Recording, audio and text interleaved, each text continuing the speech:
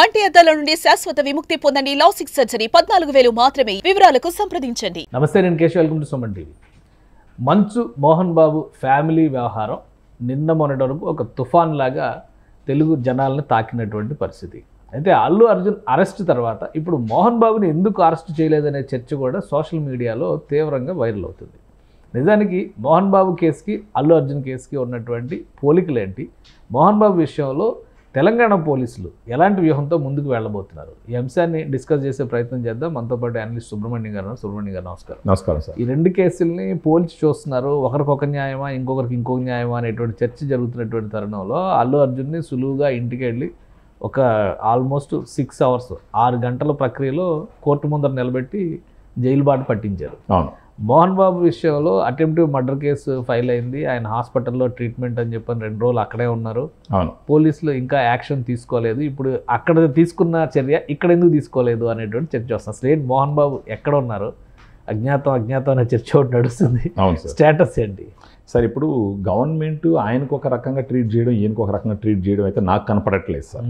Reason ఏంటంటే ఇప్పుడు అల్లు అర్జున్ గారు ఇంటికి వెళ్ళినప్పుడు ఆయన ఉన్నారు కాబట్టి అరెస్ట్ చేసి తీసుకొచ్చినారు. అదేవిధంగా మోహన్ బాబు గారిని అరెస్ట్ చేయడానికి కూడా వెళ్ళినారు. ఆయన అక్కడ ఉండుంటే ఖచ్చితంగా ఆయన కూడా అరెస్ట్ చేసి ఇప్పుడు ఈయనకైతే ఎలాంటి ప్రొసీజర్ జరిగిందో ఆయన కూడా అదే ప్రొసీజర్ జరిగేదానికి అవకాశాలు ఉండుంటాయి. కానీ ఏంటంటే మోహన్ బాబు గారు వీళ్ళు వెళ్ళినప్పుడు అక్కడ లేరు. సో దానికి ఇప్పుడు ఒక 5 బృందాలు వేసి ఆయన ఎతకడం మొదలుపెట్టినారు. వాళ్ళంటే ఆల్రెడీ బెయిల్కి అప్లై చేసుకోవడము, దాన్ని కోర్టు తిరస్కరించడం, ఇవన్నీ చూసిన తర్వాత అందులో ఈ శుక్రశని ఆదివారాలు రావడము, ఇవన్నీ కన్సిడర్ చేసుకుని బహుశా వాళ్ళ మోహన్ బాబు గారు కూడా ముందస్తు బెయిల్ అప్లై చేశారు. రిజెక్ట్ అయ్యింది. సో ఇప్పుడు ఇమీడియట్గా అరెస్ట్ చేయొచ్చు, అరెస్ట్ అవుతారనే భయంతోనే బహుశా పరారీలో లేదా ఎక్కడో అజ్ఞాతంలో ఉన్నారు. వీళ్ళకి పరారీలో అంటే కోపం వస్తుంది కదా. రాంగోపాల్ వర్మ పరారీలో అనగానే ఇట్లా అంటారా అని బయటకు వచ్చి మాట్లాడాడు ఆయన. సో ఏదైతే ఏంటి ముందైతే అందుబాటులో లేదు. పోలీసులకి దొరకలేదంటే పరారీనే కదా సార్ అంటారు. పోలీసులు అదే చెప్తారు కదా, అది పరారీనే కదా అంటారు. అంటే ఇప్పుడు ఒకరిని పట్టుకోవాలని వచ్చినప్పుడు వాళ్ళు లేరు అని అంటే కావాలని వెళ్ళిపోయినారని దాన్నే పరారీ అంటారు కదా. ఇప్పుడు ఒక 5 బృందాలు వేసి 5 దగ్గరలకి పోవడం ఒకటి మనం వింటున్నాం. అది బహుశా ఈయన అంటే మళ్ళీ ఫర్దర్గా నెక్స్ట్ కోర్టుకు అప్లై చేసుకొని ఏదన్నా బెయిల్ దొరుకుతుందా అన్న ఒక విషయం కోసం ఈ టైము ఎక్స్టెండ్ చేయడం కోసం చేస్తున్నటువంటి ప్రయత్నం కన్నా చూడాలి దీన్ని మనం. బహుశా ఆయన వచ్చేసి తిరుపతి చుట్టుపక్కల ఉండేదానికి అవకాశం ఉంటుంది. సొంత కాళహస్తి తిరుపతి చుట్టుపక్కల ఆయన ఊరంతా అదే కాబట్టి అక్కడికి వెళ్ళే అవకాశం ఉంటుంది. లేదంటే చెన్నై రజనీకాంత్ గారు ఆయనకి స్నేహితుడు. సో ఆ రకంగా రజనీకాంత్ దాచిపెట్టి ఉంటారంటారా? రజనీకాంత్ గారు దాచిపెట్టి అంటే ఎలా ఉంటుందంటే సార్, స్నేహం వాళ్ళిద్దరిది అంత స్ట్రాంగ్ అనమాట. ఆయన దాచిపెట్టి ఉండకపోయినా కానీ నేరుగా ఆయన ద్వారా ఎక్కడన్నా ఏదన్నా కొంచెం తీసుకునే అవకాశం ఉంటుంది కదా. ఎందుకంటే వాళ్ళు ఎప్పుడు నుంచి ఎంతో డీప్ ఫ్రెండ్స్ కదా. ఆయన నేరుగా ఇన్వాల్వ్ అవ్వకపోయినా ఆయన సలహాల ద్వారా చేసుకునే అవకాశం కూడా ఉంటుంది. తప్పితే బెంగళూరు వెళ్ళి ఉండొచ్చు, లేదంటే విజయవాడ, లేదంటే హైదరాబాద్లోనే ఎక్కడన్నా కూడా, అంటే ఎవరు ఊహించినటువంటి ఒక ప్లేస్కి వెళ్ళి ఫర్దర్గా మండే కోర్టులు ఓపెన్ అయ్యి నెక్స్ట్ కోర్టుకి వాళ్ళు బెయిల్ కోసం వెళ్ళేదానికంటే పోలీసులకి చిక్కుకుంటా ఈ ఎంటైర్ ప్రాసెస్ని కొంచెం బైపాస్ చేయడానికి చేస్తున్న ప్రయత్నంగా చూడాలి సార్ దీన్ని మనం. సో అంటే ఇప్పుడు 2 రోజులు సెలవులు ఉన్నాయి కాబట్టి ఒకవేళ అదుపులోకి తీసుకుంటే బెయిల్ ప్రాసెస్ ఇబ్బంది అయింది. అప్పుడు జైల్లో ఉండాలి. ముందు జాగ్రత్తగా ఉన్నారు అని అనుకోవాలా, లేదా పోలీసులు కూడా అంత సీరియస్గా ఈ కేసుని కన్సిడర్? అలా ఉండదు సార్. ఎందుకంటే ఇప్పుడు ఫర్ ఎగ్జాంపుల్ ఇప్పుడు ఇది కూడా ఇక్కడ వచ్చి చనిపోయినారు, డైరెక్ట్గా ప్రమేయం లేకపోయినప్పటికీ ఇండైరెక్ట్గా కారణం. యాక్చువల్గా అక్కడ వచ్చేసి డైరెక్ట్గా ఆవేశంగా కొట్టినాడు ఆయన. దెబ్బతిన్న అతను పరిస్థితి కూడా కొంచెం ఇబ్బందికరంగా ఉందని చెప్పేసి తెలుస్తుంది. అటెంప్ట్ టు మర్డర్ అండ్ పబ్లిక్గా కెమెరాల ముందు దొరికినారు. సో ఇప్పుడు ఒకవేళ వాస్తవంగా తెలంగాణ గవర్నమెంట్ అలా చేస్తే మాత్రం తెలంగాణ గవర్నమెంట్కి మచ్చేశారు. యాక్చువల్గా ఒక పక్క రేవంత్ రెడ్డి గారు ఏం చెప్తున్నారు, సామాన్యుడైనా సెలబ్రిటీ అయినా మంత్రి అయినా మనిషి అయినా అందరూ సమానం చట్టం ముందరని చెప్తున్నారు. అలా చెప్పేటటువంటి సిచ్యువేషన్లో కావాలనే మోహన్ బాబు గారికి ఏదైనా ఫేవర్ చేస్తున్నారని మనం అనుకునే దానికి అవకాశం లేదు. ఎందుకంటే ఒకవేళ అలా ఫేవర్ చేస్తారనుకుంటే ఇంకో 3 రోజులు గవర్నమెంట్ లేట్ చేసి మండే వెళ్ళొచ్చు ఆయన దగ్గరికి. సో దాన్ని గవర్నమెంట్ పరంగా ఇద్దరిని డిఫరెంట్గా ట్రీట్ చేసేది అయితే మనకు కనిపించట్లేదు. యాక్చువల్గా అక్కడ కూడా చట్టం తను చేయాల్సిన పని తను చేసుకుంటూ. ఒకటంటే అక్కడ కోర్టు కూడా క్లారిటీ ఇచ్చింది, మోహన్ బాబు గారి ఫ్యామిలీ ఇష్యూ అది ఇంటర్నల్గా మీరు సార్ట్అవుట్ చేసుకోవాలి. అలానే కొడుకులు ఇద్దరికి కూడా మందలింపు వెళ్ళింది. కమిషనర్ కూడా పిలిచి మాట్లాడారు. మీరు పబ్లిక్ న్యూసెన్స్ కింద దీన్ని కన్వర్ట్ చేస్తే యాక్టివిటీ వేరేగా ఉంటుందని వార్నింగ్ ఇచ్చారు. ఇక్కడ అంతా ఈ ఇష్యూలో అంతా కూడా వచ్చేది ఓన్లీ ఆ ఇంట్లోకి మీడియా పర్సన్స్ వెళ్తాం, వాళ్ళ మీద మోహన్ బాబు గారు అటాక్ చేయడం, ఇది ఒకటే. కాబట్టి సివియారిటీ దానికంటే ఇది తక్కువ అనుకోవచ్చా? సివియారిటీ కొంచెం తక్కువ. అదిగా అంటే ఏంటంటే కొంచెం క్షణిక ఆవేశంలో చేసినటువంటి పని సార్ అది. దీనికి ఎవరినైనా బ్లేమ్ చేయాలంటే మంచు మనోజ్ని బ్లేమ్ చేయాలి సార్. మంచు మనోజ్ని, తర్వాత మీడియాని కూడా కొంతవరకు బ్లేమ్ చేయాలి. కారణం ఏంటంటే ఇప్పుడు ఆయన హౌస్లోకి వెళ్తున్నప్పుడు మంచు మనోజ్ అక్కడికి వెళ్ళేసి ఆ గేట్లు పగలగొడుతున్నటువంటి సందర్భం, అలా గేట్లు పగలగొడుతున్నప్పుడు మీడియా వాళ్ళు కూడా కొంచెం గేటు బయటనే ఉండాలి యాక్చువల్గా. అది వాళ్ళ ప్రిమిసెస్ కదా. తర్వాత మోహన్ బాబు గారి ఆస్తి అది మనోజ్ గారి ఆస్తి కాదని వాళ్ళు చెప్తున్నారు. అసలు ఇష్యూనే అది కదా, మనోజ్కి ఎంట్రీ లేకపోవడమే సమస్య ఇంట్లో. అప్పుడు మోహన్ బాబు గారి ఆస్తిలోకి ఎంటర్ అయ్యే మీడియా ఆయన పర్మిషన్ తీసుకొని ఎంటర్ అయ్యి ఉంటే వీటన్నిటికీ ఫుల్ స్టాప్ పడి ఉంటుంది, ఇంత జరిగి ఉండేది కూడా కాదు.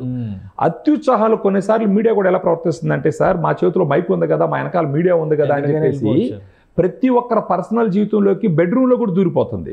వాళ్ళకి వాళ్ళ రైట్స్ ఉంటాయి కదా, వ్యక్తిగత హక్కులు ఉంటాయి కదా వాళ్ళకి, దాన్ని కూడా గుర్తుపెట్టుకోవాలి.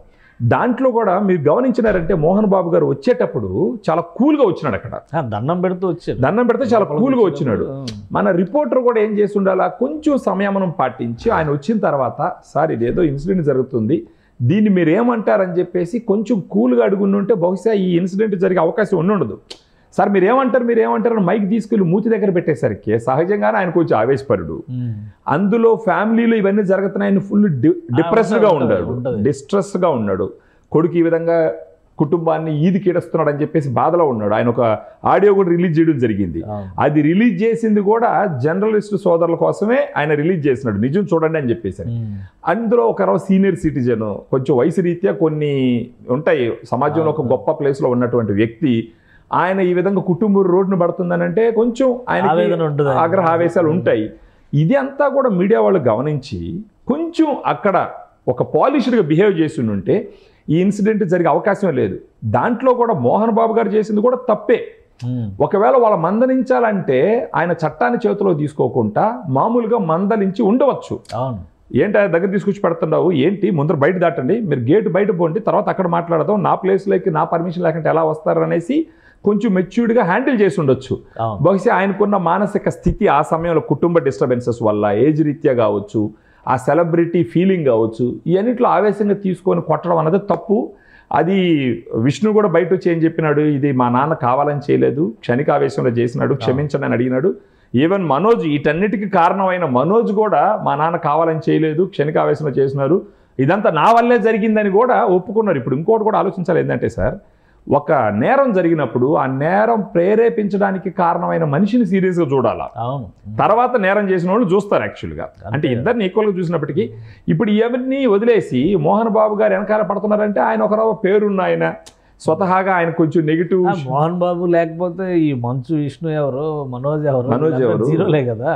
సో ఆయనకున్న లెగసీని వీళ్ళు కంటిన్యూ చేయాలి. ఇప్పుడు రోడ్డు మీద పెట్టారు. మొత్తం ఎపిసోడ్లో సార్ ఇప్పుడు నన్ను ఒక రకంగా చూడాలంటే మీడియా కూడా బలిపసి అయింది యాక్చువల్గా. ఇప్పుడు వాళ్ళ కుటుంబ వ్యవహారంలోకి మనోజు కావాలనే మీడియాని లాక్కుపోయినాడు. బ్లాక్మెయిలింగ్, ఒక రకంగా బ్లాక్మెయిల్. అంటే వీళ్ళందరినీ తీసుకెళ్లి కుటుంబాన్ని రోడ్డును పడేస్తే అతనికి అనుకున్న పని లేదా అవుతాయి అనుకున్నారు. కానీ మన మీడియా వాళ్ళు ఏం చేసినారంటే ఇతని ఇంటెన్షన్ ఏంటి అనేది గ్రహించుకుంటా, అతని ఇంటెన్షన్ గ్రహించుండొచ్చు అతని ఇంటెన్షన్ ఇదైనా కానీ దాంతో సంబంధం లేదు. మనకు సెన్సేషనలైజేషన్ కావాలన్నమాట, మనకు ఫుటేజ్ కావాలా.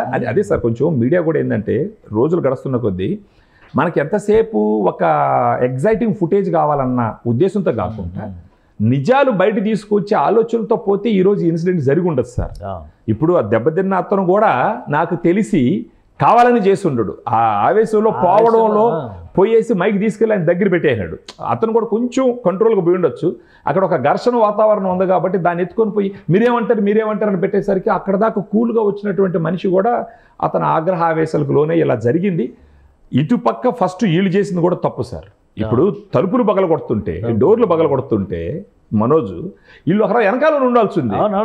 మీ నాన్న తీసుకురండి, తీసుకొస్తే మేము ఇక్కడ మాట్లాడతాం అని చెప్పేసి దౌర్జన్యంగా ఇంట్లో మీడియాలో ఆ యూనిట్ ఎక్కడ ఉంటుంది, నేను ఫస్ట్ వెళ్ళి లోపల దూరి నేను ఫస్ట్ వీడియో, ఇదే ఆ పోటీ కొంప. ఈ సమయంలో మీడియా కంపెనీలు కూడా కొన్ని కోడ్ ఆఫ్ కండక్ట్ క్రియేట్ చేయాలి సార్. ప్రతి మీడియా కంపెనీ ప్రతి ఒక్కరు ఆ యాజమాన్యం బాధ్యత తీసుకొని నైనా ఏదైనా చేసేటప్పుడు ఈ విధంగా చేయండి అని చెప్పేసి. ఇప్పుడు ఇన్సిడెంట్ జరిగిన తర్వాత కాల్ చేస్తున్నారు, మా వాళ్ళు కొట్టినారు. అసలు అలా కొట్టే సిచ్యువేషన్ రాకుండా కోడ్ ఆఫ్ కండక్ట్ మీరు ఎందుకు పెట్టకూడదు? మనం ట్రైనింగ్ ఇవ్వాలి కదా మన రిపోర్టర్స్కి. ఇచ్చిపోయింటే ఈరోజు ఇతను పాపం దెబ్బతిన్న అతనికి ఇలాంటి సిచ్యువేషన్ వచ్చి ఉండదు, ఆయన పరిస్థితి ఏమవుతుందో తెలియదు. అటుపక్క ఇప్పుడు మోహన్ బాబు గారు కూడా ఇబ్బందులో పడ్డారనమాట. సో ఏది ఏమైనా సరే అరెస్ట్ ఇప్పుడు 5 బృందాలు ఏర్పాటు చేశారంటే మోహన్ బాబు గారి అరెస్ట్ సాధ్యమయ్యే అవకాశం ఉంది. ఖచ్చితంగా సాధ్యమవుతుంది సార్. అంతే, ఆయన సరెండర్ అయినా నాకు తెలిసి ఇప్పుడు ఆయన కూడా ఏంటంటే శాశ్వతంగా వీళ్ళకి దూరంగా వెళ్ళిపోవాలని ప్రయత్నం కాదు ఇది. ఏంటంటే మండే వరకు ఎస్కేప్, తర్వాత ఏదైనా నెక్స్ట్ లెవెల్ కోర్టుకి వెళ్ళి ఏదైనా బెయిల్ తెచ్చుకుందాం అనే ఉద్దేశంతో చేస్తున్నటువంటి ప్రయత్నం. కోర్టులో లొంగిపోయే అవకాశం కూడా ఉంటుంది. ఆ కోర్టులో ఇప్పుడు ఒకవేళ బెయిల్ రాలేదంటే కోర్టులో అంటే పోలీసుల చేతిలో దొరకకుండా కోర్టులో కూడా పోయి, అంటే ఇప్పుడు పోలీసు చేతులు దొరికినా ఆయన ఇబ్బంది పెట్టే సిచ్యువేషన్ ఏమి ఉండదు. ఇదేం ఒక ఇండివిజువల్ కక్షగట్టి చేస్తున్నటువంటి పని కాదు అది. సో ఏది ఏమైనప్పటికీ బహుశా ఆయన వయసు రీత్యా అయి ఉండొచ్చు. ఇప్పుడు నేను 3 రోజులు పోయి జైల్లో కూర్చుంటే నాకున్న బీపీ షుగర్ ఇవన్నీ ఇంకా మళ్ళీ ఇబ్బంది అవుతాయి. ఆరోగ్యం గురించి ఆలోచించి ఉండొచ్చు, లేదా ఇమేజ్ గురించి ఆలోచించి ఉండొచ్చు. సో వీటన్నిటికీ ఆలోచించి ఒక చిన్న ఎస్కేప్ అయితే మాత్రం చెప్పచ్చు దీన్ని. కానీ ఖచ్చితంగా రావాలా, రాక తప్పదు sir. Right. Thank you Subrahmanyam గారు. ఇది మోహన్ బాబు ఇంట్లో జరిగినటువంటి వ్యవహారం, వీధిలోకి వచ్చినటువంటి వైనం, మీడియా చేసినటువంటి బిహేవియర్, ఫైనల్గా మోహన్ బాబు రియాక్షన్, ఇవన్నీ చూస్తే ఇక్కడ కొన్ని సెన్సిటివ్ అంశాలు ఉన్నాయి కాబట్టి అల్లు అర్జున్ అంశంతో దీన్ని పోల్చడానికి అవకాశాలు చాలా తక్కువ ఉన్నాయి. సెక్షన్ల పరంగా కూడా ఇది దానికంటే తక్కువ సివియారిటీ ఉన్నటువంటి సెక్షన్లే. కానీ శుక్ర, శని, ఆదివారాల్లో అరెస్ట్ అయితే లేనిపోని ఇబ్బందులు వస్తాయనే ఆలోచనతోనే ప్రస్తుతానికి అజ్ఞాతంలో మోహన్ బాబు ఉన్నట్టుగా భావించాల్సి ఉంటుందని సుబ్రహ్మణ్యం గారు విశ్లేషిస్తున్నారు. బహుశా లీగల్గా కొంత సపోర్ట్ దొరికిన తర్వాత ఆయనంతటా ఆయనే సరెండర్ అయినా ఆశ్చర్యపోవాల్సిన అవసరం లేదని విశ్లేషిస్తున్నారు. ఇది special discussion. Keep watching. Suman టీవీలో మీ పర్సనల్ అండ్ బిజినెస్ ప్రమోషన్స్ కోసం కింది నెంబర్కి కాంటాక్ట్ చేయండి.